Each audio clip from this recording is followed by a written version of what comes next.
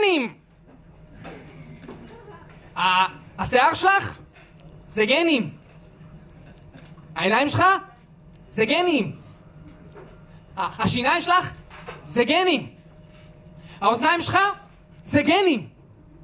אל תיגע לי בגנים, אל תיגע לי בגנים, אל תיגע לי בגנים! את יכולה לגעת לי בגנים? אל תיגעו לי בגנים, אל תיגעו לי בגנים, אל תיגעו לי! הכל זה גנים! אני מבין בגנים! אני מפצח את הגנום האנושי מול משחק של מכבי, כי גם ג'אמצ'י לא היה ג'אמצ'י בלי הגנים הג'אמצ'י. אני מפצח את הגנום האנושי בפיצוצייה עם כוס של סודה. אני מפצח את הגנום האנושי עם כובע על המרפסת בגהנום הלא אנושי של חום יולי-אוגוסט. אני מפצח 100 גרם גנום אנושי כמו מכונה משומנת לתוך שקית של זבל ביולוגי בפיקניק על המדשאה של מכון ויצמן. אני מפצח ומפצח ומפצח את הגנום האנושי בטכניקה מושלמת ולא יכול להפסיק עד שאני מתעלף בתוך הר של קליפות גנטיות. ואז לפני השינה, עם חוט דנטלי אני מגרד מבין השיניים את שאריות הגנום האנושי, כי הכל זה גנים. אני יודע מה זה גנים. אתה יודע מה זה גנים?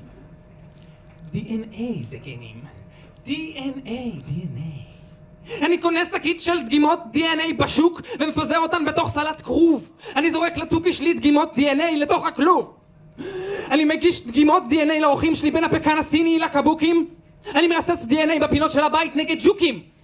אני לוקח דוגמיות DNA מדוכן הקוסמטיקה בסופר פארם ומשפשף אותן בין פרקי הידיים שלי כדי להריח טוב, ואז דוגם DNA לתוך מקצב גנטי.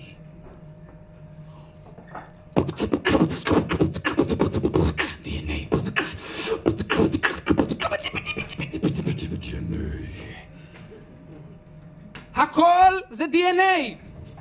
אני יודע מה זה DNA. אתם יודעים מה זה DNA? מטען גנטי. מטען גנטי. כזה שמשפחות פשע שמות לעורכי דין בתא המטען הגנטי. מחבלים מכינים מטעני צד גנטיים. על ספינות מטען גנטיות מייבאים גנים משובחים מדנמרק. גנים דנים. אני מבין בגנים. אני מבין בגנים. אל תיגע לי בגנים, אל תיגעו לי בגנים, אל תיגעו לי בגנים, אל תיגעו לי בגנים. עכשיו זה למה אנחנו כמו שאנחנו, אם שאלתם את עצמכם. אבל כמו שאני מכיר אתכם, לא שאלתם את עצמכם. אבל היי, זה מי שאתם. ועכשיו אתם יודעים למה אתם כמו שאתם, אם הקשבתם.